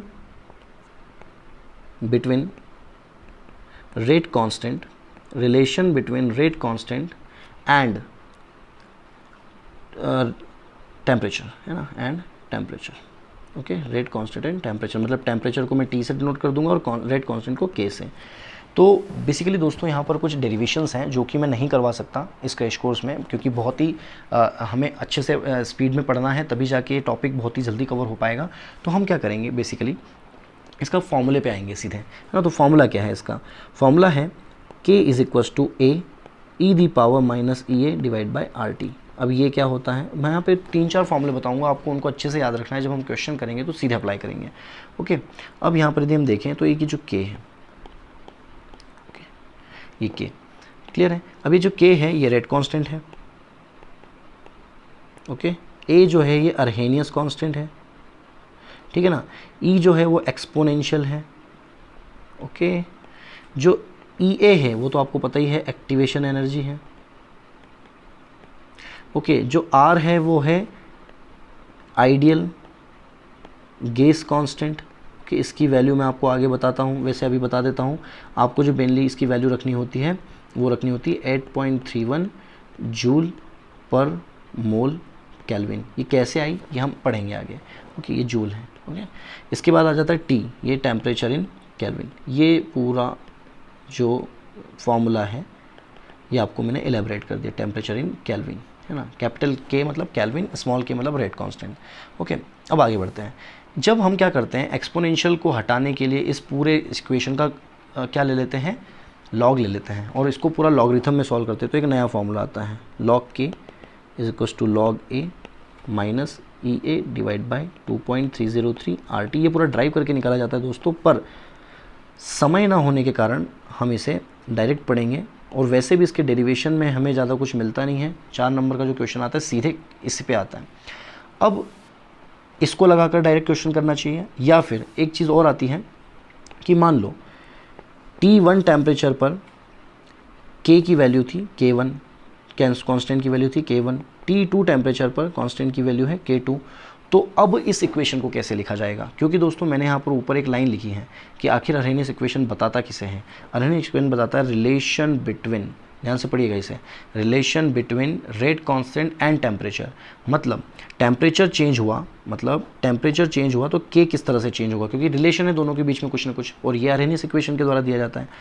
तो बेसिकली जब हम इसे इस फॉर्म में लिखेंगे तो ये आता है, सॉल्व करके निकाला जाता है, log K2 divide by K1 is equals to EA divide by 2.303 R, और यहाँ पर आ जाएगा T2 minus T1 divide by T1 T2।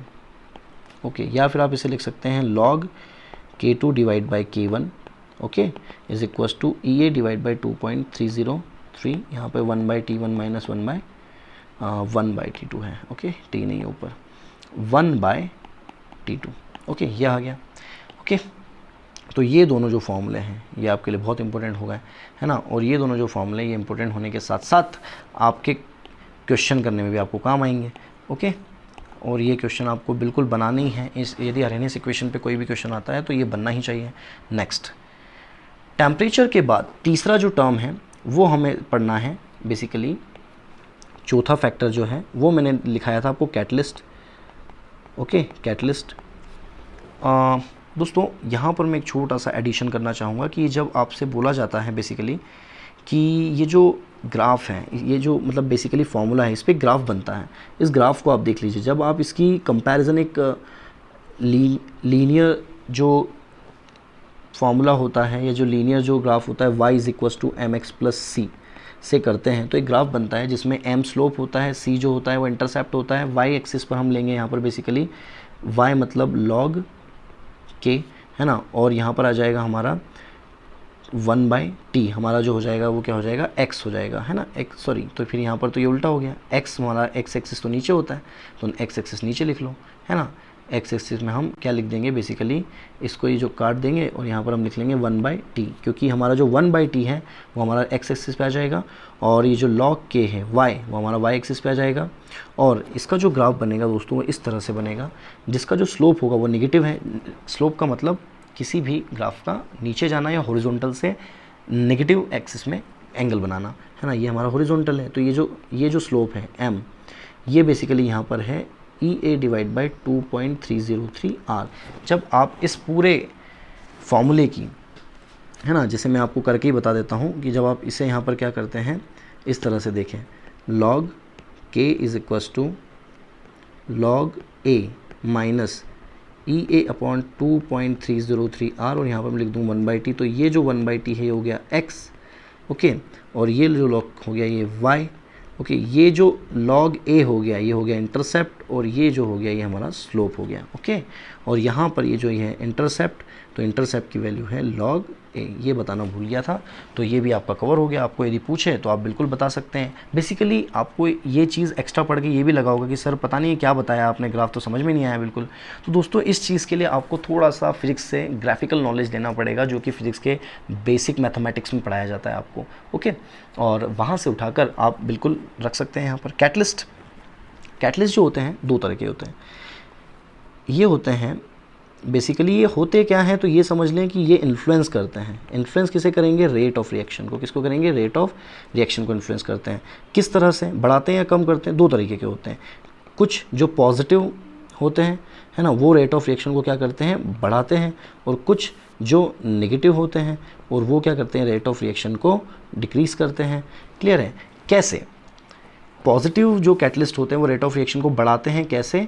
By decreasing activation energy. और जो नेगेटिव वाले होते हैं वो क्या कर देते हैं? एक्टिवेशन एनर्जी को बढ़ा देते हैं। और अभी मैंने थोड़ी देर पहले बताया था, एक्टिवेशन एनर्जी कम हो गई, रेट ऑफ रिएक्शन बढ़ जाएगी। एक्टिवेशन एनर्जी ज़्यादा है जो कि हमें बाहर से लेनी है, रेट ऑफ रिएक्शन कम हो जाएगी, ठीक है ना। तो ये इस तरह से कैटलिस्ट काम करता है।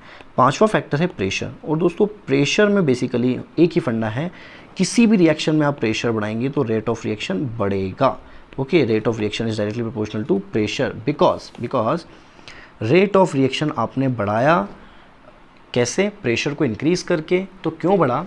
क्योंकि प्रेशर जो होगा यदि किसी सिस्टम में बढ़ेगा तो मॉलिक्यूल्स पास पास में आएंगे, और मॉलिक्यूल्स यदि पास पास में आए तो उनके बीच में इफेक्टिव कॉलिजन होना चालू हो जाएगा, है ना। इफेक्टिव कॉलिजन होगा तो रेट ऑफ रिएक्शन बढ़ जाएगी। तो दोस्तों आज हमने जो टॉपिक डिस्कस किए बेसिकली वो कौन कौन से टॉपिक्स थे? रेट ऑफ रिएक्शन को बिल्कुल डाइवर्स पोर्शन में हमने देखा कि अलग अलग तरीके से रेट ऑफ रिएक्शन को देखा। इसके बाद हमने पढ़ा energetics of the reaction, okay. इसके बाद हमने देखा factors which will affect the rate of reaction. 5 factor में से टेम्परेचर इंपॉर्टेंट था क्योंकि वहाँ पर हमने 2 फर्दर चीज़ें डिस्कस की, टेम्परेचर कोएफिशिएंट, और अगला डिस्कस किया हमने टॉपिक कौन सा? Arrhenius equation. अब फर्दर अगले कुछ टॉपिक्स हैं जो कि हम पढ़ेंगे, ऑर्डर, मॉलिक्यूलरिटी और डिफरेंट टाइप से ऑर्डर, क्लियर है, जो कि आगे हम पढ़ने वाले हैं। तो आज के लेक्चर के लिए मैं यहीं आपसे विदा लेना चाहूँगा, और अगले लेक्चर में आप पूरा जो थ्योरी आपको पढ़ाया गया है इस पूरे चैप्टर में आप बिल्कुल पढ़ के आएँ और अगले के लिए तैयार रहें। Thank you so much.